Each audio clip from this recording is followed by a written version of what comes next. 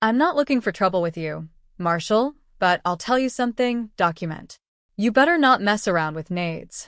Ken Curtis is forever remembered as Festus Hagen from Gunsmoke, the scruffy deputy with a sharp wit, a unique vocabulary, and a heart of gold.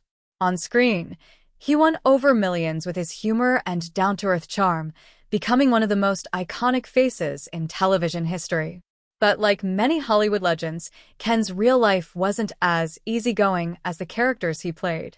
Behind the scenes, he navigated a world of clashes, grudges, and professional disappointments that he kept quiet about for decades. What many fans don't realize is that before his passing, Ken finally opened up about the stars he truly could not stand, individuals who left such a negative impact on him that he carried those feelings to the very end.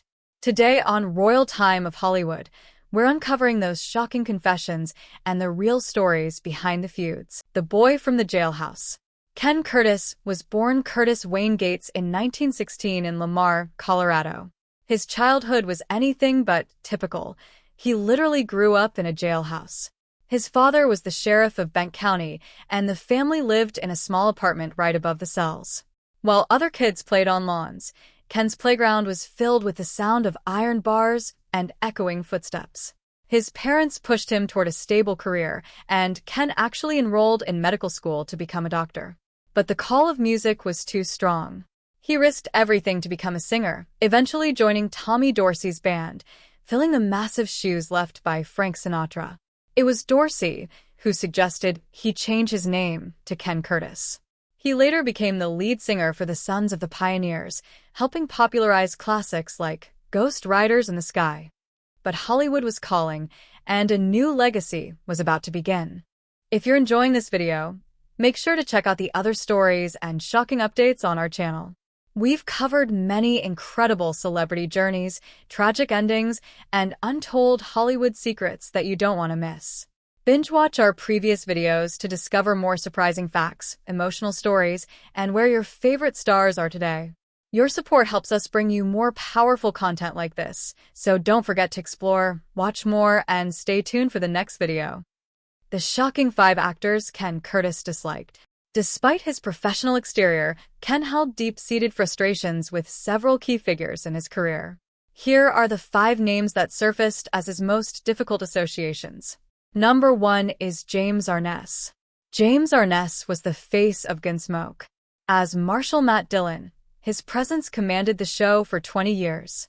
While their on-screen chemistry was legendary, being in Arness's shadow wasn't always easy. As Festus became a fan favorite, rumors suggested that Curtis grew frustrated playing second fiddle. He reportedly longed for the character of Festus to receive the same narrative weight and recognition as Dillon, but the spotlight rarely shifted away from the towering Arness. Number 2 is Milburn Stone. Milburn Stone, who played Doc Adams, was an original cast member and felt a deep sense of authority over the show's rhythm. When Ken joined years later, the two strong-willed men didn't always see eye to eye. Behind-the-scenes chatter suggested they clashed over script directions and screen time.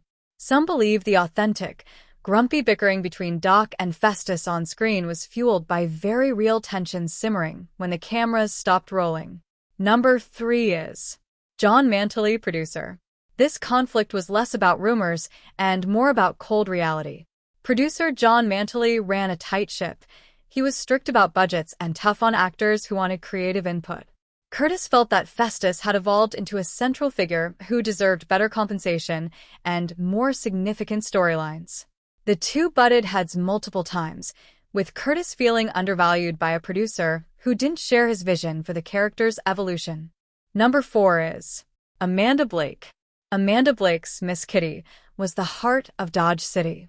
However, as Festus's popularity skyrocketed, whispers of tension began to spread. Some industry insiders claimed Blake wasn't pleased with how much attention was being diverted to Curtis's character, feeling it pulled focus from her long-established role. While they remained professional, the on-set friction was a poorly kept secret in Hollywood circles. Number 5 is Dennis Weaver.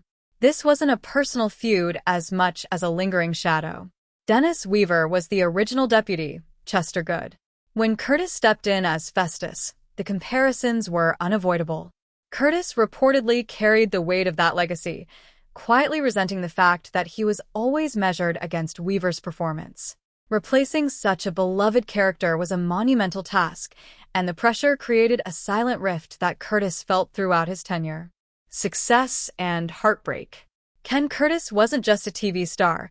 He was a regular in John Ford films, often sharing the screen with John Wayne. He sought roles with grit and heart, but Festus Hagen remained his defining achievement. He played the role for 11 years across 300 episodes, embracing the character even when others might have feared being typecast. Off-screen, his love life was complex. His first marriage to Lorraine Page ended quietly. His second, to Barbara Ford, daughter of director John Ford, lasted 12 years but crumbled under the pressures of fame and the shadow of her demanding father. It wasn't until 1966 that he met Tori Connolly. Tori wasn't part of the Hollywood machine. She was grounded and warm. She brought out a softer side of Ken, helping him find peace away from the ego struggles of the industry. The final stand. Even in his later years, Ken stood his ground.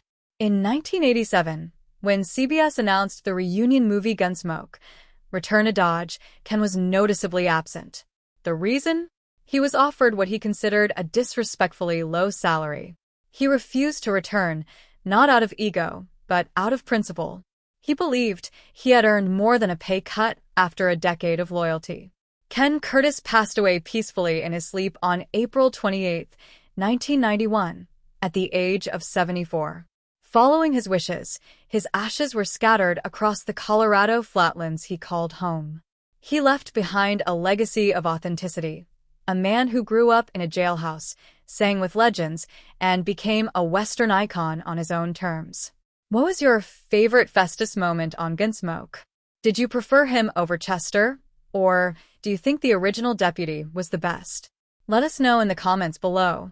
If you enjoyed this deep dive into the hidden history of Ken Curtis, make sure to like this video, share it with a fellow Western fan, and subscribe to Royal Time of Hollywood.